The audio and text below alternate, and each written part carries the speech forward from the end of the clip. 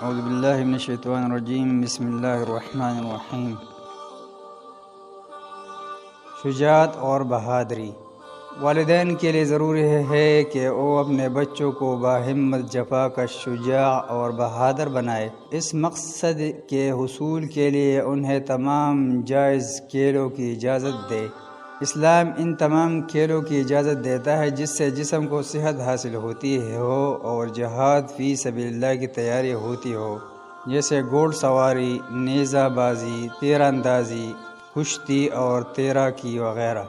رسول اللہ صلی اللہ علیہ وسلم نے خود ان کی ترغیب دی ہے۔ اے اولاد اسماعیل، تم تیر اندازی کرو کیونکہ تمہارے باپ حضرت اسماعیل علیہ السلام بہترین تیر انداز تھے۔ حضرت عمر رضی اللہ تعالیٰ عنہ والدین کو تاکید کرتے ہوئے فرماتے ہیں، تم اپنے بچوں کو تیر اندازی اور تیراکی سکھاؤ اور انہیں گھوڑے کی پیٹھ پر چھلانگ لگا کر بیٹھنا سکھاؤ۔ اسی طرح رسول اللہ صلی اللہ علیہ وسلم کے مبارک زمانے میں بچوں کے بہادری اور شوق شہادت کے واقعات اولاد کو ازبر کرائے جائے۔ مثلا میدان بدر میں ابو جہل کو قتل کرنے والے دو ننھے صحابہ حضرت معاذ بن عمر اور حضرت معاذ بن عفرہ رضی اللہ تعالیٰ عنہ کا کارنامہ۔ جنگ احد کے موقع پر دو بچوں حضرت سمرہ بن جندب اور رافع بن خدیج رضی اللہ تعالیٰ عنہما کا شریک جہاد ہونے کے لیے کشتی کرنا، حتیٰ کہ آپ صلی اللہ علیہ وسلم نے شرکت کی اجازت فرما دی۔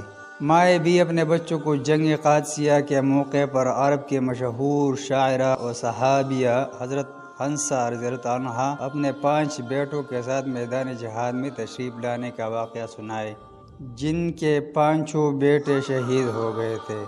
یہ تربیت کے او ذرے اصول ہے جن پر ہمارے اسلاف نے اپنے نونہالوں کی تربیت کی، جس کا نتیجہ دنیا کی نظروں میں بے شمار عظیم مسلم جرنیلوں کی شکل میں ظاہر ہوا۔